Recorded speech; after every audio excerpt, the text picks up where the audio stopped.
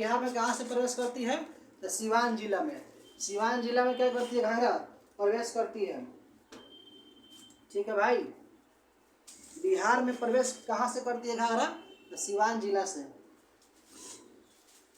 हाँ, ये देखते हैं, हमारा ये घाघरा नदी हो गई, घाघरा। घाघरा घाघरा क्या करेगी? ये सिवान जिला हो गया, यहीं पर भोपाल, सिवान, सारण होता है। तो सिवान से प्रवेश करती है, कहाँ मिलती है? गंगा में गिर जाती है। फिर आगे क्या होगा? गंडक नदी हो जाएगा। गंडक ये हमारा गंडक हो गया। ये कहाँ मिलता है? ये हमारा आकर ये गंगा मिलता है। गंडक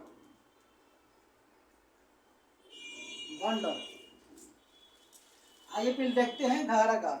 घाघरा का उद्गम स्थान कहाँ पर है? तो घाघरा का उद्गम स्थान मापचा चुंगो।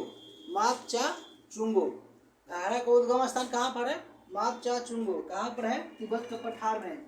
घाघरा को क्या बोलते हैं? सरयू। घाघरा को क्या बोलते हैं? सरयू। घाघरा का बिहार में लंबाई कितना है? 83 किलोमीटर। घाघरा का लंबाई बिहार में कितना है? 83 किलोमीटर। ये इसका बिहार में कितना है? 83 किलोमीटर है। अब पूरे भारत में कितना आ जाएगा?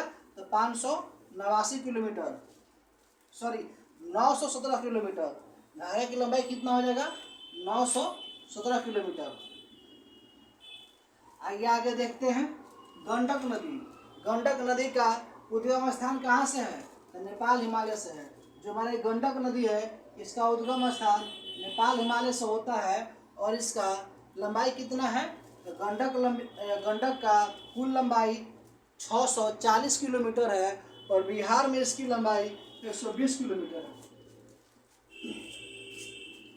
गंडक की लंबाई कितनी है? 640 किलोमीटर है। अब बिहार में कितनी है? 120 किलोमीटर। अब बताइए कि गंडक नदी बिहार में कहाँ से एंट्री करती है? गंडक नदी बिहार में कहाँ से एंट्री करती है? तो गंडक नदी बिहार में हमारी पश्चिमी चंपारण से एंट्री करती है। गंडक नदी कहाँ से एंट्री करती है? पश्चिमी चंपारण से। ठीक है, और कहाँ मिलती है आकर? ये पहलेजा घाट में गंगा मिलती है। पहलेजा घाट में कहाँ मिलती है? गंगा में। गंडक नदी जो है हमारा पश्चिमी चंपारण में एंट्री करती है, पहलेजा में आकर गंगा नदी में मिल जाती है। इसकी लंबाई कितना है बिहार में? तो बिहार में गंडक की लंबाई 120 किलोमीटर है। और इसका टोटल लंबाई कितना है गंडक का? तो गंडक का टोटल लंबाई 640 किलोमीटर है। चलिए नेक्स्ट देखते हैं। अगला नदी क्या नाम है? घाघरा गंडक हो गया। यहाँ पर क्या हो जाएगा? बूढ़ी गंडक। अब ये बूढ़ी गंडक के बारे में जानते हैं। तो बूढ़ी गंडक का उद्गम स्थान कहाँ पर है? तो बूढ़ी गंडक का उद्गम स्थान सोमेश्वर श्रेणी है। बूढ़ी गंडक का उद्गम स्थान कहाँ पर है? तो सोमेश्वर श्रेणी है। अब बूढ़ी गंडक का बिहार में कुल लंबाई कितना है? तो बिहार में कुल लंबाई 320 किलोमीटर है। बूढ़ी गंडक का बिहार में कुल लंबाई कितना है? बूढ़ी गंडक का बिहार में कुल लंबाई कितनी है? 320 किलोमीटर है। और इसका संगम कहाँ पर होता है? खगड़िया के पास कोसी में होता है। सॉरी खगड़िया के पास गंगा नदी में होगा। खगड़िया कहाँ पड़ता है? हमारा यहीं पे पड़ेगा। और गंगा में कहाँ होता है? बूढ़ी गंडक का संगम होता है। बूढ़ी गंडक आखिर गंगा में मिल जाती है। अब कौन सा नदी हो गई बूढ़ी गंडक के बाद? बागमती। फिर कौन सी नदी आएगी? बागमती।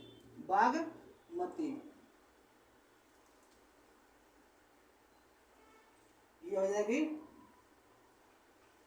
बागमती। ये बागमती नदी हमारी आती है बिहार से होते हुए और कहाँ मिलती है? गंगा में। अब देखते हैं बागमती का उद्गम स्थान कहाँ पर है। तो हम लोग जानते हैं कि बागमती का उद्गम स्थान शिवपुरी श्रेणी में है। बागमती का उद्गम स्थान कहाँ पर है? शिवपुरी श्रेणी में। बागमती का उद्गम स्थान कहाँ पर है? तो शिवपुरी श्रेणी में।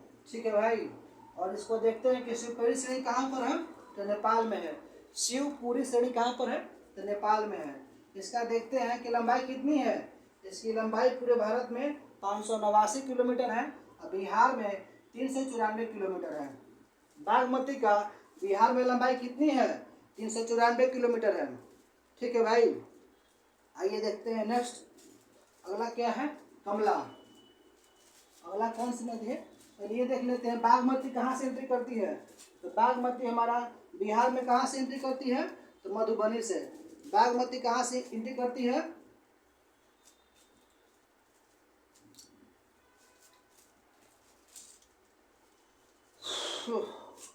आइए नेक्स्ट देखते हैं कमला। कमला सॉरी कमला देखना है, बागमती हो गया, कमला देखना है। कमला ये हमारा हो गई कमला नदी।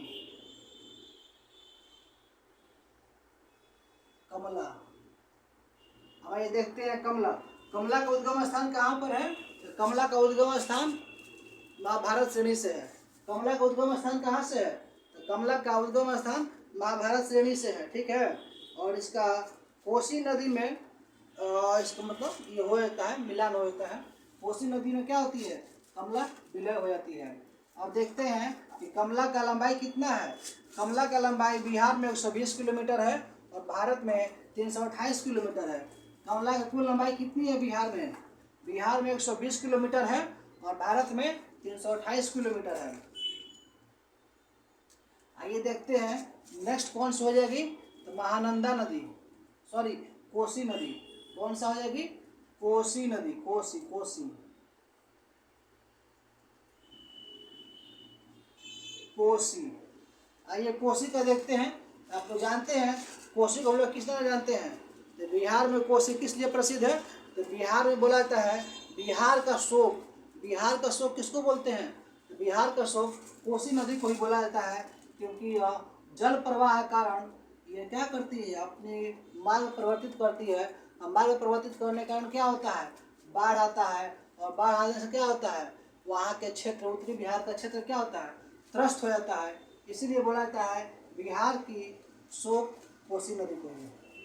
आइए देखते हैं कोसी नदी का उद्गम स्थान कहाँ हुआ है। तो नेपाल हिमालय में, नेपाल और तिब्बत का क्षेत्र में हुआ है। और कोसी का लंबाई कितना है? तो कोसी का लंबाई 260 किलोमीटर है। 260 किलोमीटर है। कोसी की लंबाई कितनी है? 260 किलोमीटर है।